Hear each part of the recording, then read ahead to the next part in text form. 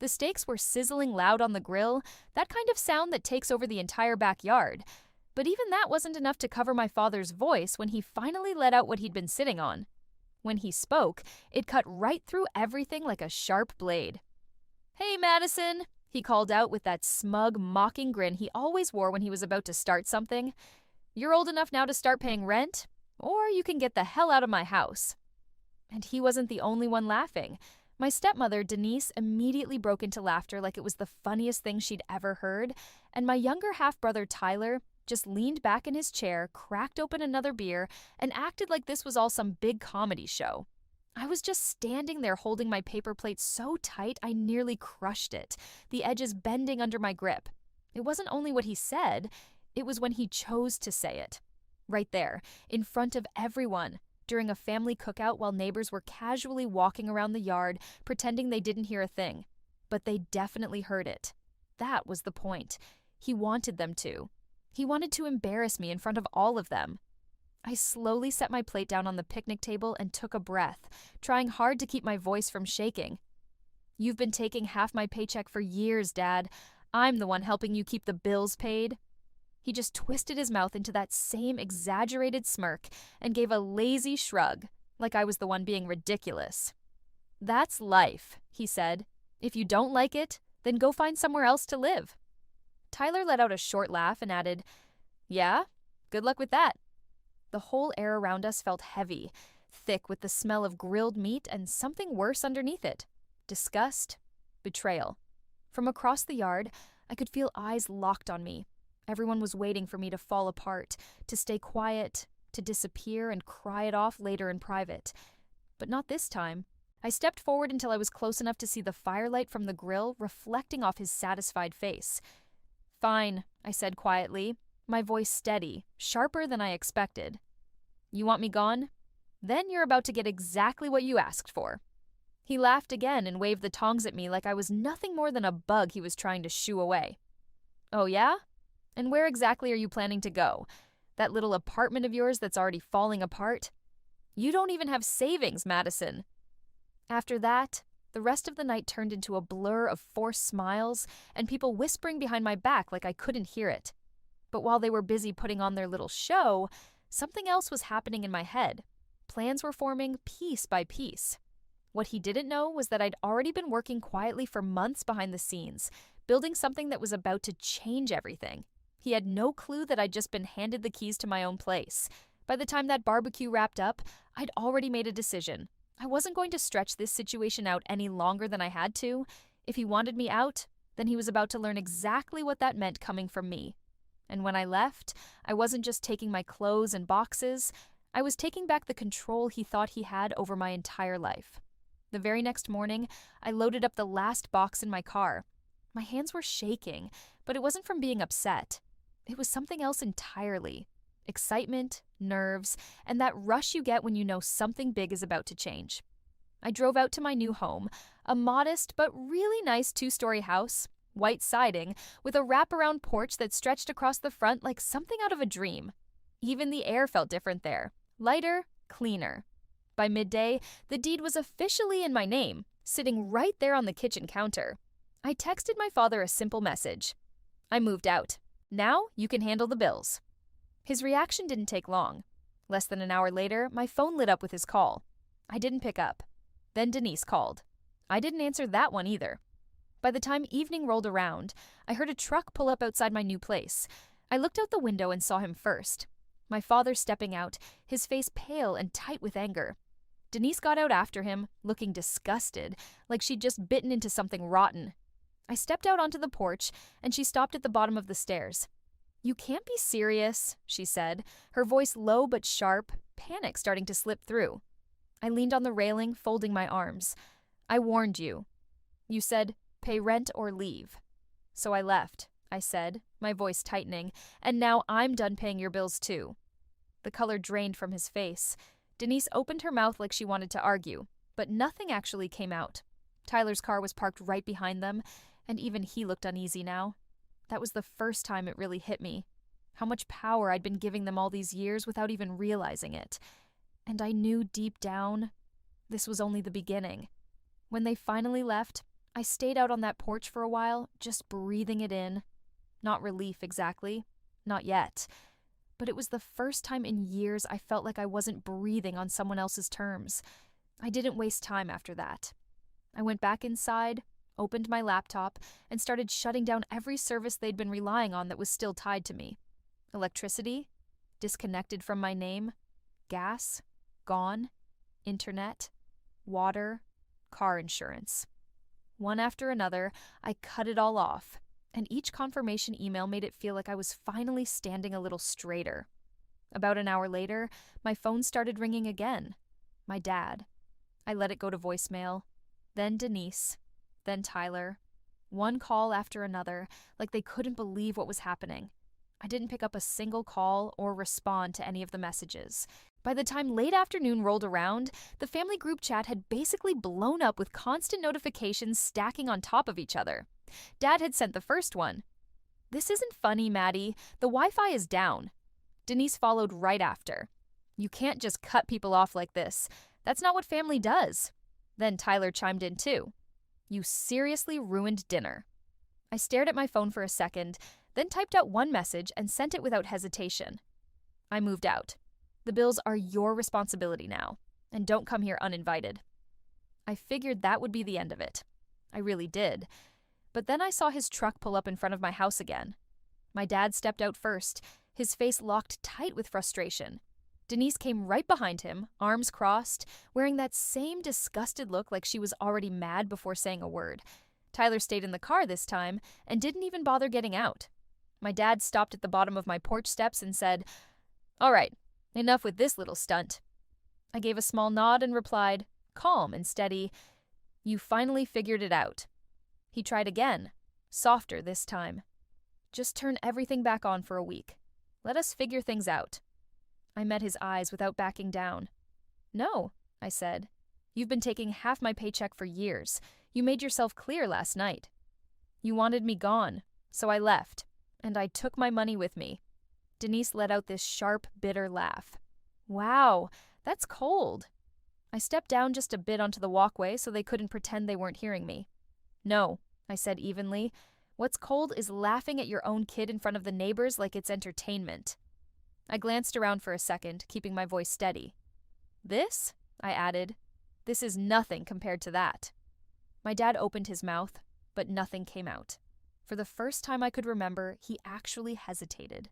Then I turned and walked back inside, leaving them standing there with nothing to grab onto but their own confusion. And I knew he'd understand eventually, just like I finally had. The door clicked shut behind me, and something settled in my chest. For the first time in years, I wasn't the one being controlled.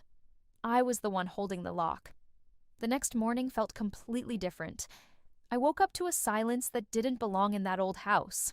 No heavy footsteps shaking the floor, no TV blasting in the background, no Denise yelling about some missing bill, just quiet. I made coffee in my small kitchen, sunlight pouring in through the window while steam curled up into the air. For a second, I almost let myself relax. Then my phone started buzzing on the counter. Unknown number. "Call us. It's urgent." Dad. The power was out, and I could already picture what that meant. The food was starting to go bad. "We need to talk," Denise texted shortly after. "If you actually care about this family, you'll fix this today."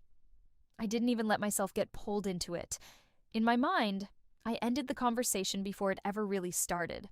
I wasn't going to let their panic wreck my morning or pull me back into their mess. They were finally figuring out something I had been dealing with for years. Bills don't magically take care of themselves. By midday, I heard knocking at the door. 3 hard knocks in a row. I checked the security camera and saw Denise standing outside alone this time. She had on these oversized sunglasses that almost covered her whole face, like she was trying to hide how tense she really was. I opened the door just enough to talk through the gap. "What do you want?" I asked.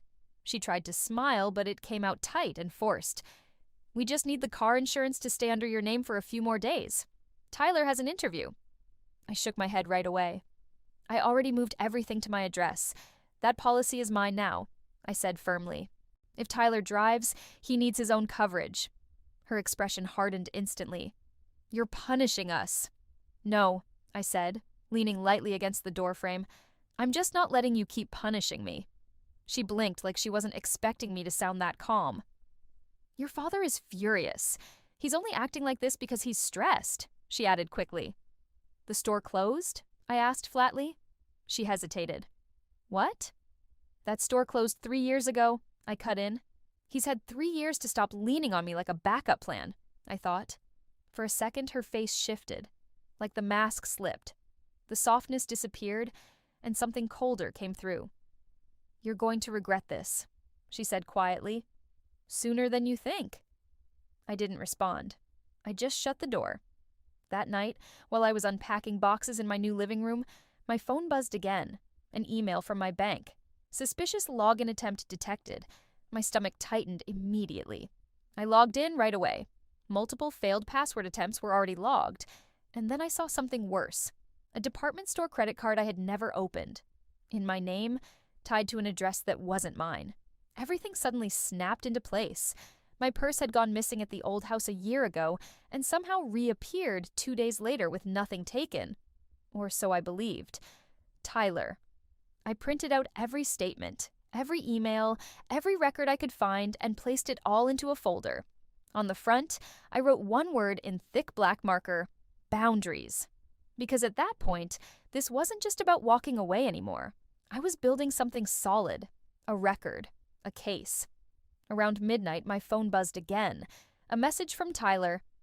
"You think you're better than us now? Check your mailbox." I stared at the screen, not blinking. The anger didn't spike like before. It cooled. It sharpened into something focused and dangerous.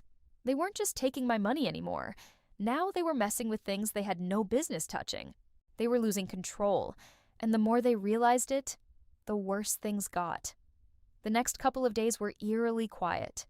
No pounding on my door, no random calls, just this heavy silence that felt like it was waiting to break. Too quiet. Every now and then, Tyler would text me something sarcastic or half-threatening. I kept my replies short and strictly in writing, just like my lawyer told me. Every message mattered, every word could be used later. So I saved everything. Every insult, every threat, every attempt to pull me back in. On the third morning, the silence finally snapped. My phone wouldn't stop buzzing while I stood in the kitchen with my coffee. Friends and neighbors were sending screenshots of Facebook posts from Denise, painting herself as the victim. Some people can just walk away from family after everything we've done. The comments were exactly what you'd expect. Sympathy, confusion, people filling in the blanks. And of course, they left out anything that made them look bad. But what stood out most was simple. They never even mentioned my name. They wanted the story without giving me a voice. I didn't bite. Instead, I called the electric company, water, and internet again, just to confirm everything was fully out of my name. No loose ends. By noon, the doorbell rang. On the camera, I saw my dad alone. I opened the door but stayed behind it. "What is it?" I asked. "We've got a problem. The mortgage is due," he said. "And without my transfer," I cut in, "that's not my problem." His expression tightened. "Do you hear yourself? You lived there for years." "That's the point," I said. "All the things you dumped on me once I started working." "You think this place makes you better than us?" he snapped. "I'm not your safety net anymore," I said calmly. He didn't respond, just turned and left, throwing one last warning look over his shoulder. And standing there, I realized something that changed everything. I wasn't afraid of him anymore. "You'll regret this when you come crawling back," he said, his voice already fading into that familiar mix of anger and control. I closed the door slowly, and the soft click of the lock echoed through the house. Strangely enough, I almost liked that sound. Crawling back wasn't even something I could imagine anymore. It just wasn't going to happen. That evening, as the sun dropped lower and a cool breeze moved across my porch, I sat outside and watched their world start to unravel in real time. A neighbor from my old street called me quietly, like they didn't want anyone else to hear. They told me there had been screaming in the driveway of my old house, real yelling, loud enough for everyone nearby to notice, something about the bank account being overdrawn, Denise shouting that she couldn't even buy groceries, my father blaming me for everything, like all of it was somehow my responsibility. I thanked them, hung up, and just sat there for a while, letting it sink in. For the first time, they were dealing with the weight I had been carrying alone for years. The next day, I decided to make one thing absolutely clear to myself. This wasn't just payback. This was me reclaiming every piece of control they had ever taken from me. I went to the bank, met with a manager, and closed the last joint account they still had access to. Walking out, the folder in my bag felt heavier somehow, like everything was finally becoming real. That night, Denise texted me again. "We understand now. We really do. Just help us this month. We'll figure it out after." I didn't respond. 2 hours later, she posted on social media. "It's funny how people change when they don't think they need you anymore. Life has a way of humbling everyone." For once, she wasn't wrong, and her turn was still far from over. Saturday morning gave me something I wasn't expecting. I was sitting with my coffee, going through emails, when one popped up from the mortgage bank tied to my father's old house. The subject line stopped me cold: urgent overdue balance and foreclosure notice. At first, I thought it had to be a mistake. I hadn't lived there in weeks, and I'd already removed myself from everything connected to that place. But when I opened it, I saw the truth. The bank still had me listed as an emergency contact from years ago. 2 missed mortgage payments. No arrangement in place. Foreclosure auctions scheduled in 30 days. I just stared at the screen. That was the moment everything finally lined up in black and white, proof that all their confidence, all their superiority, had been nothing but an act. The old me would have panicked. I would have rushed in, fixed it, drained my savings just to keep things from falling apart. But not anymore. This time, I simply printed the notice and filed it away. I carefully slid the foreclosure notice into my boundaries folder, right alongside everything else I'd been collecting over time. By noon, I heard it coming, the kind of pounding on the door that doesn't ask permission. When I opened it, all 3 of them were standing on my porch. My dad looked flushed with anger. Denise had her lips pressed into a tight line and sharp eyes, and Tyler stood there with that smug grin like he thought this was already over and he'd won something. I stepped outside and pulled the door shut behind me. My dad didn't waste a second. "You saw the notice. We can't lose the house, Maddie. You're going to fix this." I folded my arms and met his stare head on. "No, I'm not. We're still family." He raised his voice so loud, people across the street started looking out their windows. I didn't lower mine. Family doesn't treat someone like an ATM. Family doesn't laugh while humiliating them in front of everyone. Family doesn't commit fraud in your name and expect you to just deal with it quietly. Denise stepped forward, clearly uncomfortable with the neighbors watching. "Do you really have to make a scene?" she snapped. "Yes," I said, completely calm. Tyler let out a short laugh. "Funny how you didn't mind making scenes when it worked in your favor." I slowly turned my head toward him. "You're right," I said, keeping my voice steady. "It really is incredible that I let this go on for so long." My dad's tone changed right after that. It dropped lower, colder, like he was trying to pull out that old intimidation trick he always used when he thought I would still back down. "If you walk away from this," he said slowly, "you'll be nothing to us." I smiled. Not because anything about it was funny, but because, for the first time, it didn't affect me at all. "Then I'll be nothing to you," I said calmly, holding his gaze. "And everything to myself." I stepped back toward the door, but paused before going inside. From my folder, I pulled out the printed foreclosure notice and held it up so all of them could see it clearly in the afternoon light. "This," I said, my voice sharper now, "is what happens when the person you've been draining finally stops bleeding for you." I didn't linger on their faces.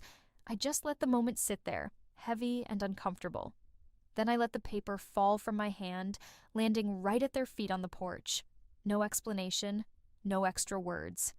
I turned and went inside, closing the door behind me with a firm, final click that echoed through the house.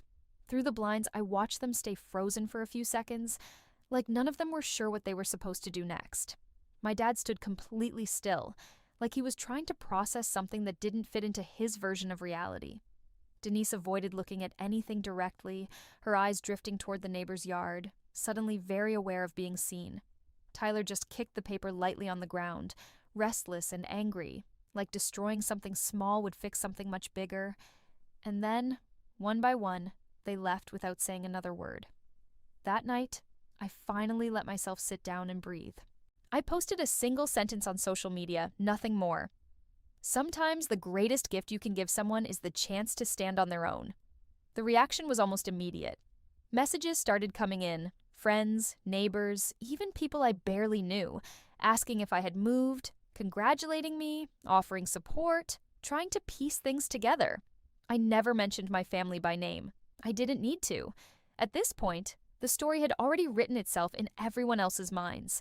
What used to feel like my responsibility was gone for good. And for the first time in my life, I wasn't carrying any of it anymore. I was just living.